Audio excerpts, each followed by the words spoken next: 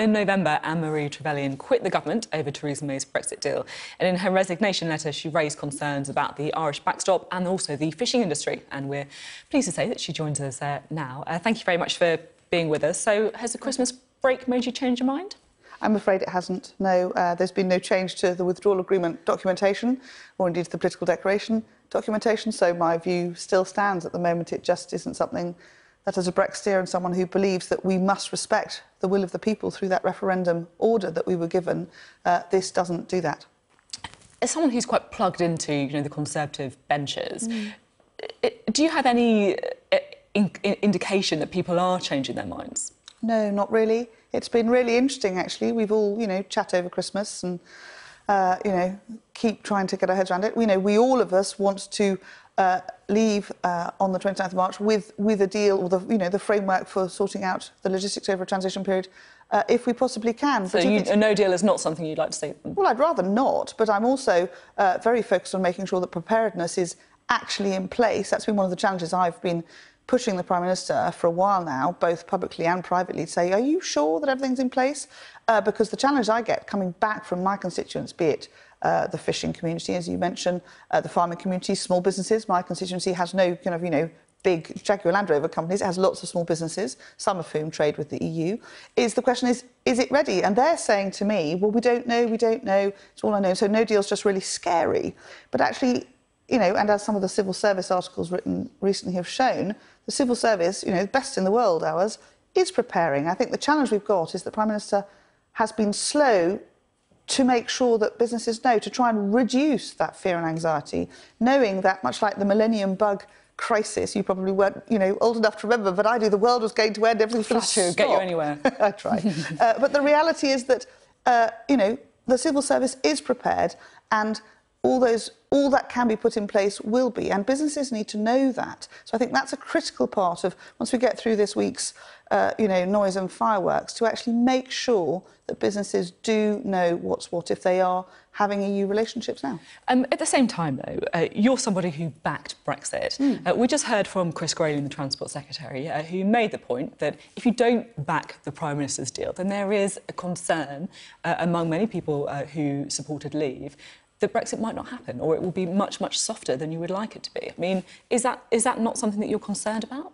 So the reality is that the statute in place at the moment is to leave on the 29th of March, either with an agreed deal, which is what the Prime Minister has been negotiating, or if one can't be reached by then, on a no-deal basis, and then we continue the conversation afterwards. But we will have stepped away from all those EU connections. There's a lot in the withdrawal agreement that's fine. It's like a basket of all the legacy stuff wrapped up in one. So it's much easier if we can do it, in a one big glue. But some of it's just not acceptable because it won't deliver Brexit. But at the same time, though, if you look at the papers today, there's lots of stories in the Sunday Times, for example, amongst others, about MPs who are absolutely opposed to the idea of a no-deal Brexit, talking about bringing new legislation to stop it happening.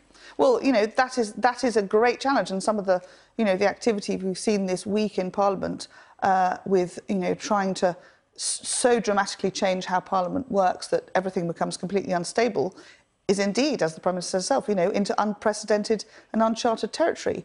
But that must not stop us from remembering that we gave the people a referendum. Now, it's a fairly blunt tool. I don't think any of us would disagree with that. But having done so, if we don't respect the result that they sent back to us, which is an order, it's not a nice idea for us to now continue to discuss. It was a very clear order. We must make sure that we actually leave the EU, and the withdrawal agreement as it stands will not do that because of the Irish backstop. So that needs to be something that the Prime Minister goes back to the EU and says, I'm afraid, Parliament says this isn't acceptable. This is the area of concern. Please can we fix it? We've got, nearly 3 months to do that, for them to decide. This isn't for the Prime Minister. It's not under her control. I think that's the frustration. It's all been kind of dumped on her head. Actually, the EU have to decide whether they are OK with a no-deal position on the 29th of March, or whether they would rather make some amendments now so that that bulk of the withdrawal agreement, which is absolutely fine, can be put through. OK. I'm interested to talk to you a little bit about the future of the Conservative Party as well, because it's been a really bruising couple of years for your party. I mean, you've been fighting like cats and dogs there, to be blunt.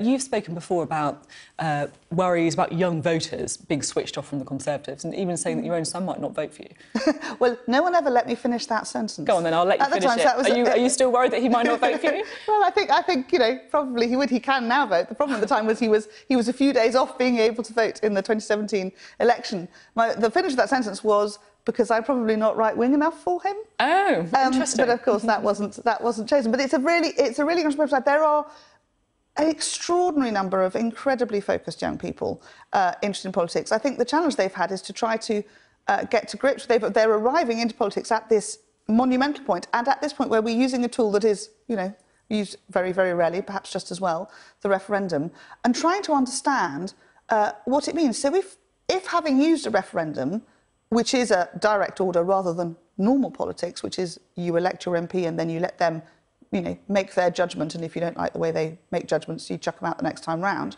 The referendum's something else. So they're caught in this, trying to understand what normal politics might look like alongside this dramatic and indeed huge question. The Conservative Party itself does not look good at the minute, does it?